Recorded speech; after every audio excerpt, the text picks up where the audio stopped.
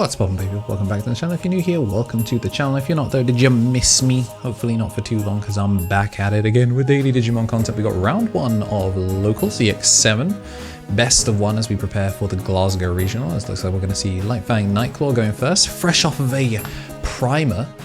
So we're going to see both of the target rookies in the back, and a 1-cost Ukomon is red hybrid is going to be looking to, I guess, see the primary rookies. We dig for to look for either a Takuya or a red hybrid. So it's going to add the new Flameon, the BT17 one. One thing that I do want to say is that the player on the left, one of our ultimates, did get to watch the primer that we did for the Fang Nightclaw, which is available for champions. There's some bonus content from the podcast. So he's doing this based off of like a little masterclass, hopefully, that me and Tom put on. Next, we're going to see the GraceNovamon to stop the Flameon from being able to get in free chip damage, but that's not going to stop the Ukomon from getting the just 1 card. So that's why we're just going to add the Takuya. It's not going to double hit.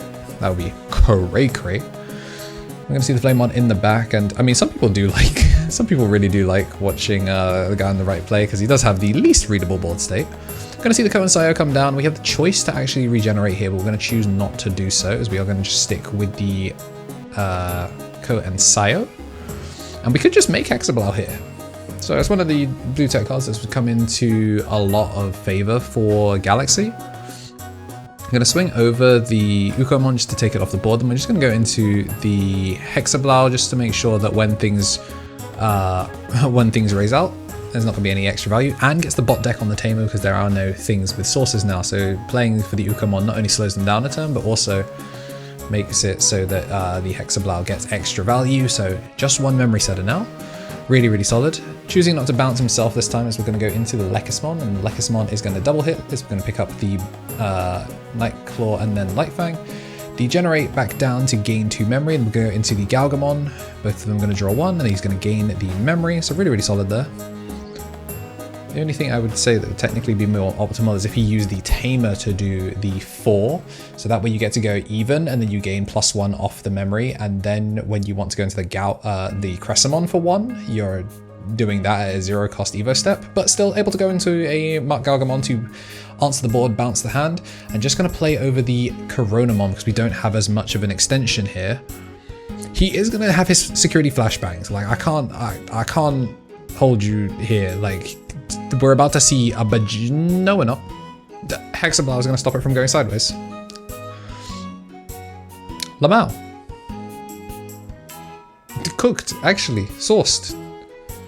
He would have to slide Evo into the other Burning Grey, which instead is just going to shoot down a Coronamon. Yeah, it has to have 1 more source. We're going to have to slide Evo. Oh, you've done that in the wrong... I don't know if he drew it off the Evo, but he should have gone into that one first. But we're going to go into the Aguni, and then the Aguni is going to get to go... I mean, the Aguni can now go into the Burning Greymon if he wants. Yeah, and then the Burning Grey could then turn into the Ancient, which means we are going to flashbang his entire security. Like, you're committed at this point. It is going to blow itself up, though, at the end of turn, so it's going to slide Evo back. Hopefully. Does he slide Evo, or does he just go straight into the thing? Because you're not an attack step. Ooh, looking at going for the Digicross one here. This is a decision that's going to bite him. It is going to pop the Hexablow, which, you know, fair enough. Just going to pick it up and read it to make sure that we're not getting scammazed. But yeah, we're going to pop it because he doesn't have the DP. Then at the end of turn, it's going to blow itself up. And then on its way out, it should be floating into a Takuya. Okay, gonna go float into the Aguni. No, okay, no, we are picking back up the Aguni and then floating into the Takuya.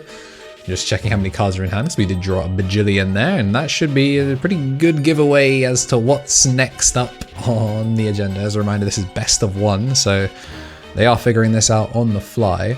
The Apollo can go over both, but a Mirage here would go foolish. I can see the Hankun in hand as well.